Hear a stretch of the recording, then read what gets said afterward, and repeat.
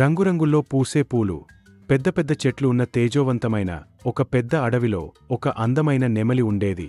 దాని మిరిమిట్లు గొలిపే ఈకలు, సొగసైన నడక వల్ల అన్ని జంతువులు నెమలిని పొగడేవి, ఇష్టపడేవి. ప్రతిరోజూ ఉదయం నెమలి సూర్యకాంతి వెలుగులో రంగులు విరజిమ్ముతూ పురివిప్పి నాట్యమాడేది. అదే అడవిలో ఎంతో వినయం మరియు అణకువ కలిగిన ముళ్లపంది కూడా నివసించేది. ముళ్లపందికి నెమలిలాగా రంగురంగుల ఈకలుగాని, సొగసరి నడకగాని లేవు. ఈకలకు బదులుగా ముళ్లపంది ఒళ్లంతా పదునైన ముండ్లు ఉండేవి. దాంతో అది కొంచెం సిగ్గుపడుతూ ఎక్కువగా బయటకు రాకుండా, ఎవ్వరితో కలవకుండా ఒంటరిగా ఉండటానికి ఇష్టపడేది. ఒకరోజు నెమలి ఒక కొలను పక్కన పురివిప్పి నాట్యమాడుతుంది. దూరం నుంచి ముళ్లపంది నెమలి నాట్యం చూస్తుంది.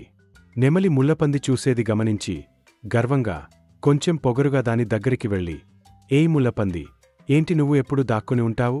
నీకు రంగురంగుల ఈకలు లేవు, చూపించుకోడానికి అందం లేదు, నన్ను చూస్తుంటే నీకు అసూయగా ఉంది కావచ్చు కదా అంటుంది. నెమలి మాటలు ముళ్లపందిని కొంచెం బాధిస్తాయి. అయినప్పటికీ శాంతంగా నెమలితో, నెమలి, అందరికీ రంగురంగుల ఈకలు ఉండకపోవచ్చు, కాని ఎవరికి సంబంధించిన అందం వారికి ఉంటుంది. నాకు నీలా ఈకలు లేవని నీమీద అసూయ లేదు. నేను సంతోషంగా ఉన్నాను అంటుంది. అది విన్న నెమలి పెద్దగా నవ్వి, అడవిలో అందరికంటే తానే అందమైనదానినని, తన అందానికి తిరుగులేదనే పొగరుతో అక్కడినుంచి వెళ్ళిపోతుంది.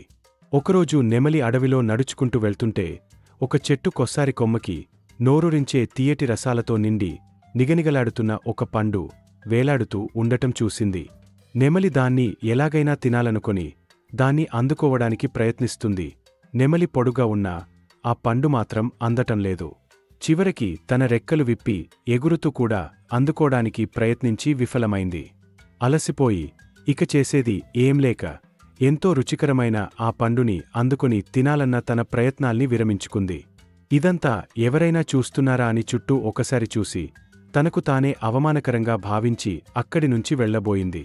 ఇంతలో అక్కడే ముళ్లపంది కనిపించి ఒక్క మాట కూడా మాట్లాడకుండా ఒక బంతిలా ముడుచుకొని చెట్టు మొదలుని దొర్లుతూ ఎక్కి తన పదునైన ముళ్ళని పట్టుజారిపోకుండా ఉపయోగించుకొని కొస్సారి కొమ్మకి చేరుకొని ఆ పండుని కోసి నెమలి కోసం కిందికి జారవిడిచింది.